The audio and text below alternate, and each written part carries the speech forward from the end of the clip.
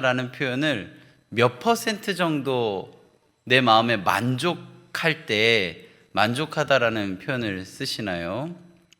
이런 것입니다. 여행을 갔어요. 여행 코스가 있겠죠.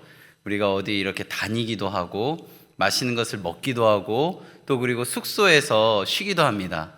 그 모든 것들이 다 마음에 들어서 만족하다라는 표현을 쓸 때도 있지만 먹는 게 좀 부실해도 자는 자리가 좋아서 만족하다라고 할 수 있고, 먹는 것도 부실하고 잠자리도 마음에 안 드는데 내 옆에 함께 하고 있는 사람이 마음에 들어서 만족한다라고 할 수도 있습니다. 그런데요, 먹는 것도 맛있고 잠자리도 좋고 모든 코스와 날씨와 모든 것들이 다 만족스러운데 옆에 같이 가는 사람이 마음에 안 들어서 불만족하다라고 할 수도 있습니다. 그러면 우리 강래교회 만족하시나요? 다 만족하세요? 뭐가 마음에 안 드세요? 있어요, 뭔가, 그죠? 그런데 그 무언가보다 내 마음 가운데 만족되어지는 무언가가 더 클 때 우리는 만족한다라는 표현을 씁니다. 오늘 이야기들 속에서 우리가 함께 이야기할 때 이 나다나엘이라는 사람을 함께 보게 되는데요. 이 나다나엘이 어떠한 상황 속에 받아들여짐에 있어서 우리가 보여질 때 100% 만족으로 시작하지 않는다라는 것을 우리는 보게 됩니다.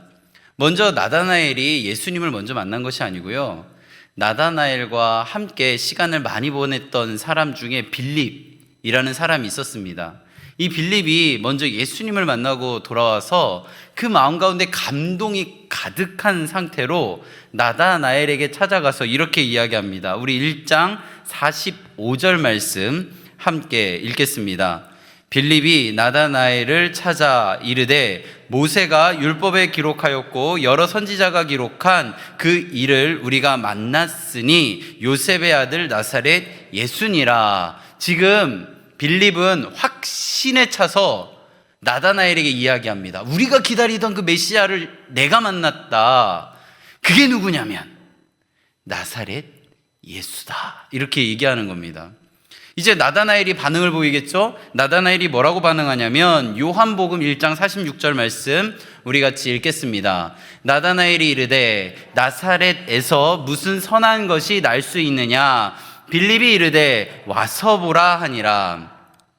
나다나엘은요, 지금 예수님을 만나지 않은 상태입니다. 빌립은 예수님을 만난 상태입니다. 지금 여기 계신 분들은 저를 만난 상태죠? 마음에 드시나요? 한 70% 정도 마음에 들고 30% 정도 마음에 안 드는 게 있어요. 그럼 우리 어떻게 될까요? 마음에 드니까 자랑하게 됩니다. 자랑하게 되니까 그 듣는 누군가가 있겠죠. 아, 우리 강래교회 목사님 진짜 잘생기고 진짜 어디서도 볼 수 없는 그런 매력적인 목소리를 갖고 있고 한 문장 한 문장이 귀에 쏙쏙 들어오면서 가만히 듣다 보면 푹 빠진 채로 어느 순간 나도 모르게 몸이 앞으로 나아가고 고개를 끄덕끄덕끄덕 하더라. 이렇게 이야기하고 계시죠? 그러면 듣는 사람이 어떨까요?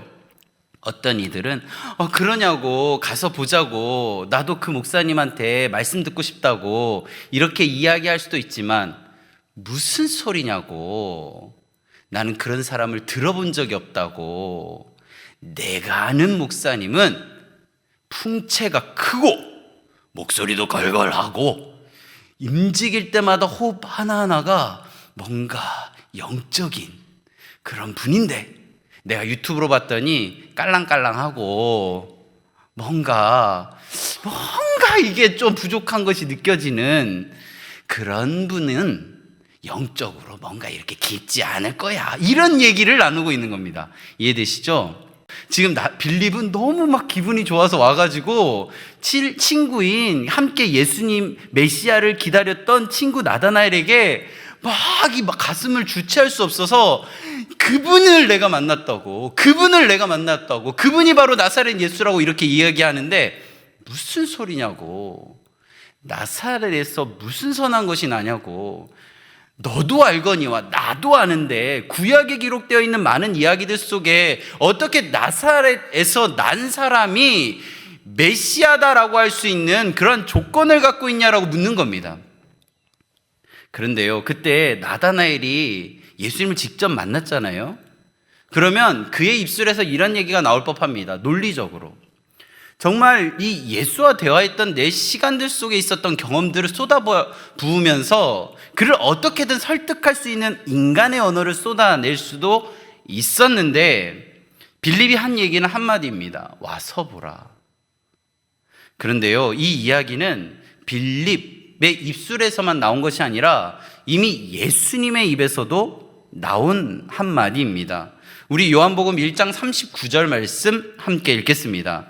예수께서 이르시되 와서 보라. 그러므로 그들이 가서 계신 데를 보고 그날 함께 거하니 때가 10시쯤 되었더라 라고 하고 있습니다. 예수님의 소문을 듣고 세례 요한의 제자였던 2명이 예수님에게 찾아갑니다. 그리고 예수님과 함께 시간을 보내고 예수님에 대해서 더 깊이 알고 싶은 마음에 감동이 와서 예수님 지금 어디 계십니까? 그런 거죠. 어디 사십니까? 저희들이 찾아가서 예수님과 함께 한 시간들, 예수님을 둘러싸고 있는 환경들 속에 제가 거하기를 원합니다라고 이야기합니다. 그러면 정상적인 대화는 뭐냐면요, 내가 어디 있다, 내 집이 30평이니 너희 2명 정도는 올 수 있다, 이런 이야기들을 해야 하는데 예수님은 한마디를 하십니다. 와서 보라. 그들이 와서 예수님과 함께 거하자 그 시간이 길고 길어 10시쯤 되었더라라고 성경은 기록하고 있습니다. 오늘 우리는 예수님의 이름 가운데 이렇게 모였습니다. 각자가 갖고 있는 기도 제목이 모두 다 다릅니다. 생각이 다 다르죠. 예수님이 내 안에 있는 이런 문제를 해결해 줬으면 좋겠고, 이런 모습을 봤으면 좋겠고, 이런 상황 속에 내 안에 이러한 마음들이 들었으면 좋겠다. 우리 아기학교에서 기도 제목 나눴잖아요. 내가 이렇게 그 총체인가요? 막 흔들면서 찬양하고 이렇게 했는데 하나님께서 내 이 아기학교에 20명이 아니라 26명, 28명, 30명 와가지고 이게 도저히 주체가 안 되고 선생님들 지금 모자라는데 이렇게 찬양했더니 하나님께서 감동하시고 성도님들 마음 한 명을 건드리셔서 아, 내가 그 자리에 가야지 하고 교사들 수가 아이들 수보다 많아지는 거 기대하시죠? 그런 거예요. 각자 가져오신 기도 제목들이 다 다르다는 겁니다. 그리고 꿈꾸는 모습이 다르죠. 그 상황 속에서 예수님께서, 그리고 빌립이 한 이야기는 단 하나입니다.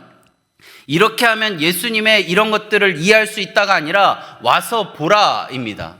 와서 보면 하나님의 뜻을 알 수 있다라는 겁니다. 예수님의 마음을 깨닫게 된다라는 겁니다. 예수님의 음성을 들어라가 아니라, 예수님의 어떠한 격언을 들어라가 아니라 와서 그 상황 속에 함께 호흡을 나누어라 라는 이야기를 하고 있는 것입니다. 오늘 이 밤에 우리는 어떠한 이적, 표적을 보는 상황들을 기대하면서 이 자리에 왔고, 내 기도 제목이 응답되어지기를 바라는 마음으로 이 자리에 왔는데, 가장 중요한 것은 성령의 호흡 속에 우리가 푹 빠짐으로 인하여 내 인생 자체가 성령의 인도하심 안에 있다는 것을 반드시 경험하고 돌아가시기 바랍니다. 그게 바로 예수님이 세례 요한의 2 제자에게 이야기한 와서 보라. 그리고 빌립이 예수님과 만나서 그 성령 안에서 나다나엘이 하나님 안으로 들어갈 수 있는 한 가지 비결, 와서 보라입니다. 오늘 이 밤에 한 명도 빠짐없이 그 성령의 호흡을 꼭 느끼고 돌아가시기 바랍니다. 그러면 나다나엘이 앞으로 어떻게 바뀌는지를 보고 나도 나다나엘과 같이 변화될 줄로 믿는 그러한 삶으로 우리는 인도되어지기 때문입니다. 예수님이요, 제자들을 제자로 만들어 가시는 과정 속에 반복해서 하신 얘기가 바로 와서 보라입니다. 오늘 우리에게도 와서 보라라고 합니다. 우리들의 몸은 지금 와 있습니다. 우리들의 마음도 와 있기를 바랍니다. 내가 한 70% 정도 믿는지 80% 정도 믿는지 90% 100%를 믿는지 그것이 중요한 것이 아니라 내가 예수 안에 거하면 그가 나를 아시고 나를 사랑한다 이야기하시며 내 삶에 직접 그 시간들을 보았다라고 하심이 느껴지는 것이기 때문입니다. 나다나엘은 지금 처음 이렇게 이야기했습니다. 나사렛에서 무슨 선한 것이 날 수 있느냐라고 이야기합니다. 이 이야기는요, 그냥 냉소적인 반응이 아닙니다. 거부하겠다라는 생각이 아니죠. 나다나엘은 아직 예수님을 만나지 못했습니다. 근데 그는 구약 성경을 통하여 그리고 들려오는 많은 이야기들을 통하여 유대 전통 안에서 메시아를 기다리고 있습니다. 너무나도 간절히 기다리고 있습니다. 근데 시대는 지금 로마의 압제 속에 있습니다. 그리고 그들은 메시아를 기다리는 공동체의 공동 분모를 가지고 있기 때문에 많은 거짓 메시아들이 그들을 현혹하고 있는 상황들 속에 있었습니다. 나다나엘은 그것을 알고 있었죠.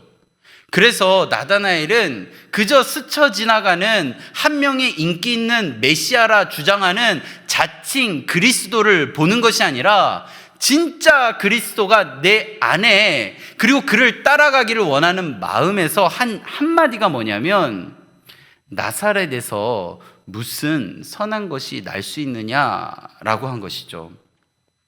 이 나다나엘, 이 이름의 뜻이요 무슨 의미냐면 나단, 주다라는 뜻과 엘, 하나님이라는 뜻을 갖고 있습니다.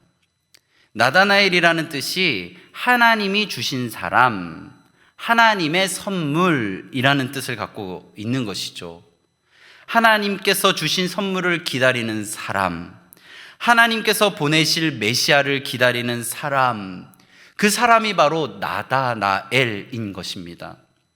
나다나엘이 그저 그렇게 자신의 논리와 기준 안에 꽉 막혀서 있는 사람으로 보는 것이 아니라 순수한 마음으로 하나님 안에 자신의 기준이라 할지라도 순결한 마음으로 정성을 담아 기다리는 한 사람으로 오늘 함께 보았으면 좋겠습니다. 하나님께서 주실 메시아를 기다리는 사람, 나다나엘은요 하나님께서 주실 그 메시아를 기대하며 약속이 성취되어지기를 바라는 한 사람이었습니다. 그 이름 자체가 기다림이고 약속이고 하나님의 주권을 고백하는 신앙의 표현인 것이죠. 그래서 이 질문은 불신의 언어가 아니라 진짜를 향한 갈망입니다. 우리 오늘 이 밤에 진짜 하나님 만나고 오늘 이 밤에 진짜 예수 그리스도의 십자가 붙들고 오늘 이 밤에 진짜 성령님 안에서의 감동을 누리시기를 바랍니다. 주의 영이 계신 곳에 자유함이 있다고 하셨습니다. 우리 안에 진짜 성령님이 내주하실 때 하나님께서 허락하신 자유함을 느끼고 세상에 있는 모든 두려움에서 하나님께서 허락하신 그 참 자유를 느낄 줄로 믿습니다. 예수님은요 그를 바라보시며 이렇게 말씀하셨습니다. 요한복음 1장 47절 말씀 함께 읽겠습니다. 예수께서 나다나엘이 자기에게 오는 것을 보시고 그를 가리켜 이르시되 보라 이는 참으로 이스라엘 사람이라 그 속에 간사한 것이 없도다 라고 하십니다. 우리 48절 말씀에서 이런 대화를 이어서 하는데요. 우리 48절 말씀 함께 읽겠습니다. 나다나엘이 이르되 어떻게 나를 아시나이까? 예수께서 대답하여 이르시되 빌립이 너를 부르기 전에 내가 무화과 나무 아래 있을 때에 보았노라. 이 한 문장이 나다나엘을 무릎 꿇게 합니다. 빌립이 메시아라고 했던 그 존재에 대해서 처음 들었을 때 어떻게 나사렛에서 선한 것이 날 수 있겠냐라는 의심으로 시작했던 나다나엘이 예수님을 만나고 예수님이 그 안에 간사한 것이 없다라고 하는 이 이야기들 속에 대화를 이어갑니다. 주님, 어떻게 나를 아시나이까? 그러자 예수님께서 빌립이 너를 부르기 전에 내가 무화과 나무 아래 있는 것을 보았다라고 이야기하십니다. 군중 속의 한 사람 나다나엘이 아니라 무언가 어떠한 평가 가운데 높임을 받았던 나다나엘이 아니라 누군가 저 사람을 만나 보십시오라는 추천을 받은 나다나엘이 아니라 무화과 나무 아래 있는 나다나엘을 보았다라는 표현을 쓰십니다. 이 문장이요, 나다나엘을 무릎 꿇게 합니다. 그리고 그의 마음 가운데 감동이 찾아옵니다. 그러면서 무엇이라고 하냐면 요한복음 1장 49절 말씀 함께 읽겠습니다. 나다나엘이 대답하여 랍비여, 당신은 하나님의 아들이시요 당신은 이스라엘의 임금이로소이다. 나사렛에서 어떻게 선한 것이 날 수 있습니까? 그가 어떻게 메시아입니까? 그가 어떻게 하나님의 아들입니까? 그가 어떻게 그리스도입니까? 라고 반문했던 나다나엘이 내가 무화과 나무 아래에 있는 것을 보았다. 이 한 문장이 그의 입술에서 어떤 이야기가 나오냐면 당신은 하나님의 아들이십니다. 당신은 이스라엘의 임금이십니다. 이렇게 고백을 하는 것이죠. 아무도 모르는 자리, 애쓰며 견디며 버티며 나의 신앙을 지켰던 그 자리를 아무도 못 봤는데 하나님과 나와의 유일한 관계 속에 하나님만이 하시는 그 자리의 모습을 예수님이 보셨다라는 그 한마디, 그 한마디가요 나다나엘의 입술에서 회개, 메타노이아, 그 관점을 세상의 기준에서, 나의 기준에서, 나의 논리에서 하나님을 향하게 바꾸었습니다. 내가 너를 보았다. 오늘 이 밤에 하나님께서 여기 계신 모든 분들, 그리고 저도 내가 너를 보았다. 이 한 문장을 들음으로 회개하는 은혜가 있기를 바랍니다. 내가 무화과 나무 아래 있을 때, 내가 골방에 있을 때, 내가 아무도 모르는 그 자리에서 묵묵히 있을 때, 숨죽이며 아무도 듣지 못하는 마음으로 눈물 흘리며 기도한 그 자리에 있을 때 내가 너를 보았다. 그 한 문장이 들림으로 인하여 내 마음 가운데 행복이 밀려오고 주님이 진짜 주님이시군요. 내가 그저 예전부터 관념으로 믿었던 하나님이 아니라 아버지가 믿었기 때문에 믿었던 그 전통 안에 있던 믿음이 아니라 진짜 하나님이 나를 만나 주셨군요 라는 고백이 오늘 이 밤에 가득하기를 바랍니다.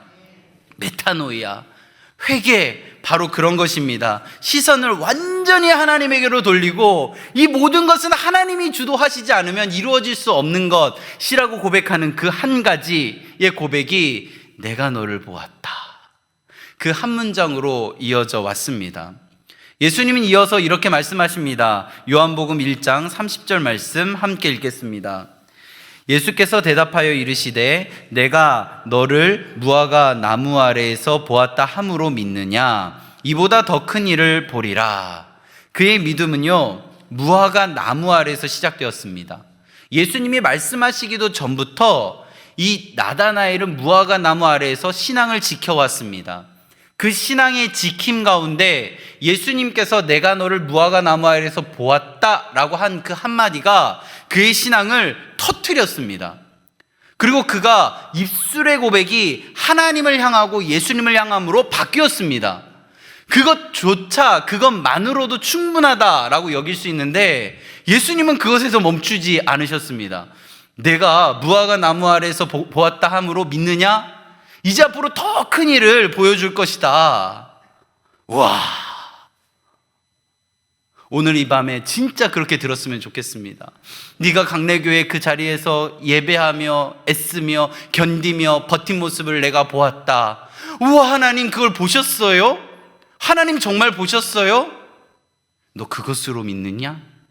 내가 이제 그것보다 더 큰 것을 보여줄 건데, 너의 믿음을 통하여 온 열방이 주님 앞으로 돌아오게 할 것을 볼 건데, 하나님의 주도하심의 역사하심을 오늘 이 밤에 하나님께서 보여주실 줄로 믿습니다.